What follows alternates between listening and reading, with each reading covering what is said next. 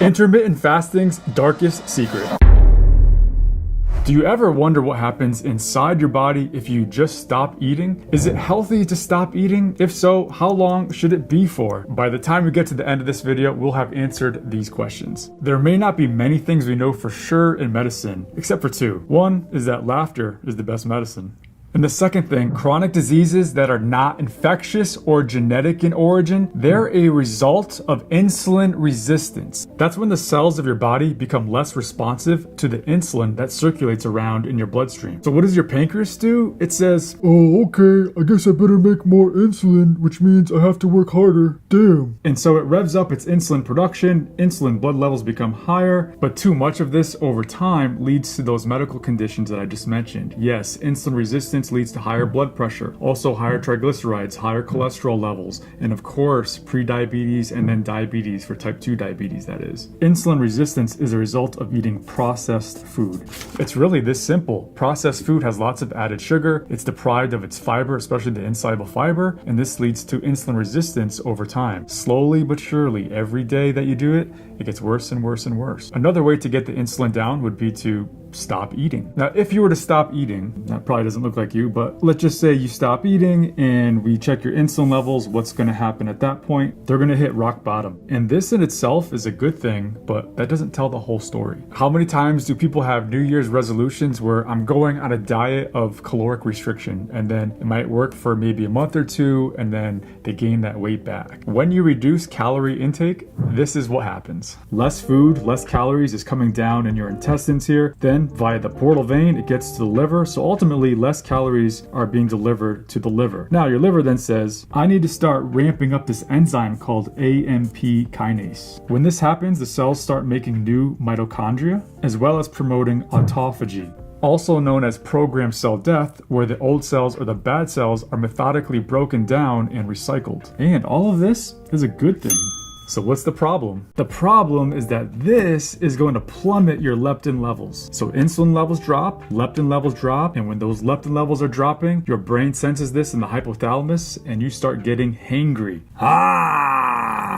You start looking like Chucky, I guess. You also become weaker, so less weight at the gym. And it takes about 24 hours of not eating for those leptin levels to hit rock bottom. And this is when your body goes into energy save mode, just like your laptop or your cell phone. And a second major point when it comes to caloric restriction is that not all calories are created equal. 2,000 calories from avocados, broccoli, kale, spinach, quinoa, salmon, almonds is not the same as 2,000 calories from pizza, donuts, hamburgers, Oreos, soda, and French fries. Absolutely not the same. Now you can guess which side will improve insulin resistance and which side will worsen it. Unprocessed food versus highly processed food. This is often why caloric restriction diets often fail after 2 months. The processed foods throw the hunger hormones out of whack, and not only that, but when you're not eating the unprocessed foods on this side right here, that's less fiber and that's not going to keep you feeling full as longer. So this ends up not being a real solution because it's not sustainable. So what about intermittent fasting? Well, instead of restricting calories, you're restricting the time that you're eating. It's a less painful way of revving up the same metabolic processes of caloric restriction, except that your leptin levels don't get too low for too long. We don't want you looking like this. So back to this picture. Instead of restricting calories, we're restricting the time that we're eating, and we're allowing for these metabolic processes to still happen. And because it's intermittent, you're not going to have as severe of a plummet of those leptin levels. It's more like this.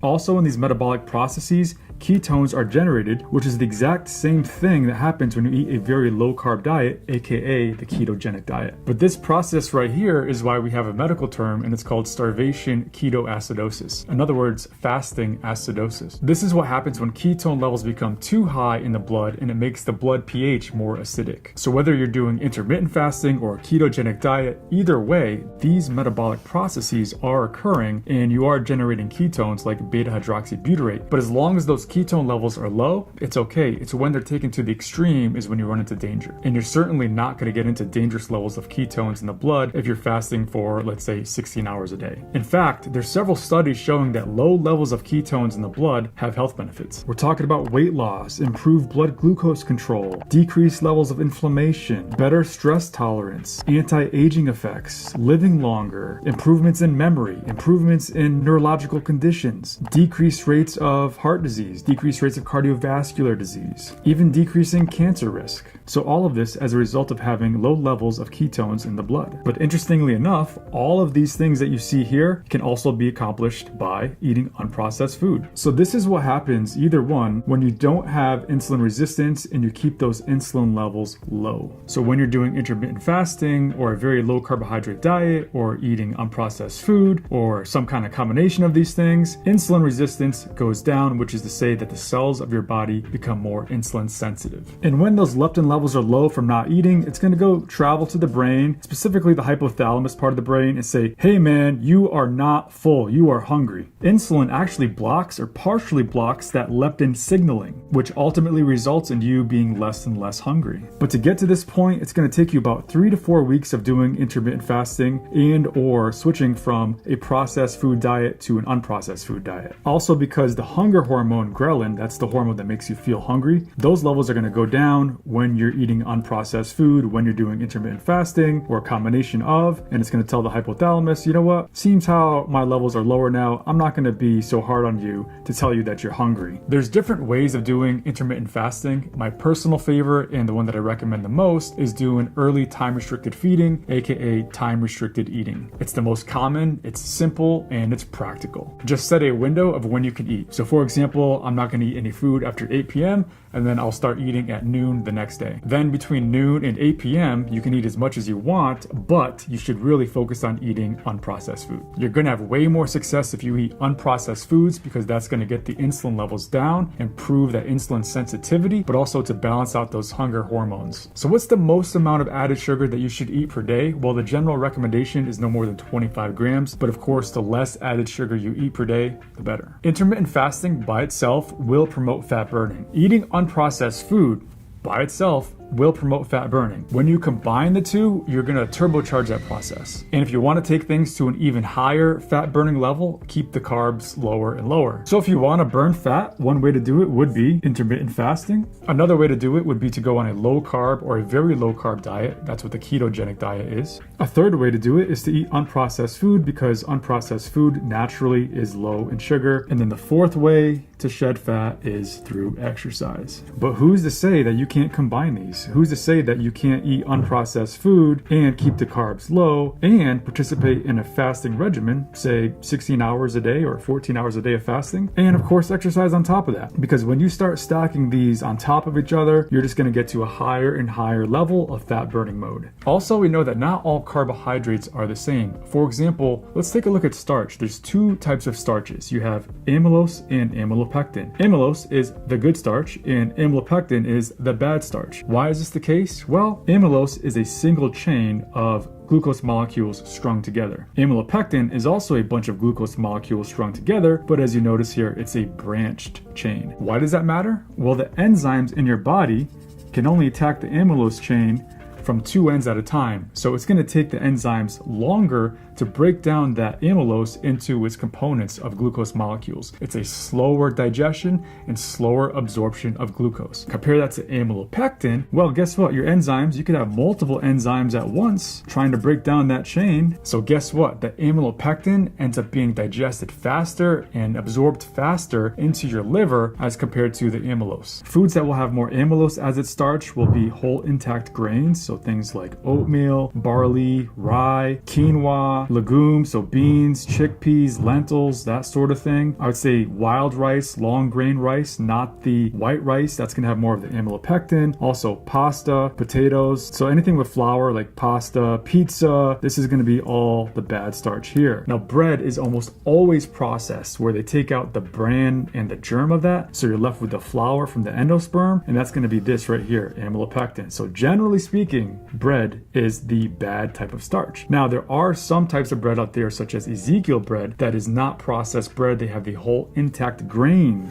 Again, it all comes down to the processing. The whole intact grain is what you're aiming for. It has the amylose, not the amylopectin. And guess what happens? Digestion, slower absorption of glucose, which is sugar. Not to mention all these foods right here also are pretty loaded with fiber and protein, both insoluble and soluble fiber. And that's also going to help to slow down the digestion and absorption of glucose. Let's get back to intermittent fasting for a second. Let's say you want to do intermittent fasting, the time restricted eating, or the early restricted feeding, same thing. Maybe fasting for 16 hours a day and only eating for 8 hours is too extreme, too fast. Maybe you want to build your way up to that, because remember, it's going to take you a few weeks for your hunger hormones to start to balance that out, to adapt to that. So you could start out doing 12 and 12 and then gradually work your way up to that point. Maybe it's 12 and 12 for the first week, and then you do 14 to 10 for the second week, and then finally get up to that 16 to 8 ratio. Or maybe 14 to 10 is good for you and you don't want to take things any further than that. That's fine too. Your body will adapt, but it might take you about 4 weeks to get there. Because after all, we're aiming for a lifestyle modification and not a crash diet here. Check out this 2015 systematic review. Within this review, there were 40 studies showing that there are various forms of intermittent fasting that were effective for weight loss, with a typical loss of 7 to 11 pounds over a 10-week time span. And this is similar to when people go on caloric restriction diets. But the problem with calorie restriction is, for one, they're usually not sustainable. And two, the types of calories that you eat absolutely matter. A fair question to ask is, do you even need to intermittently fast in the first place? And this right here is intermittent fasting's darkest secret. The reason is right here, because you can generate ketones, decrease insulin resistance, and get all of those great health benefits if you avoid eating processed food. Especially if you keep the carbohydrates low, especially the sugar, but also the bad carbohydrates in terms of the bad starch. It's all about getting insulin levels down and improving insulin sensitivity in your body. It's not that there's anything wrong with intermittent fasting. I actually do it myself. It's just that you don't actually need to do it if you're just eating unprocessed food. But if you want to maximize the health benefits, you can do intermittent fasting on top of eating unprocessed food, and you're going to be extremely healthy from a metabolic standpoint. But what about women in intermittent fasting? Some women have concerns about the possibility of it messing up their hormonal balance, but there are no definitive studies done on humans, women specifically, regarding this matter. There are some old, small studies done on animals that suggested that maybe there's some hormonal imbalance there, but it's definitely far from conclusive.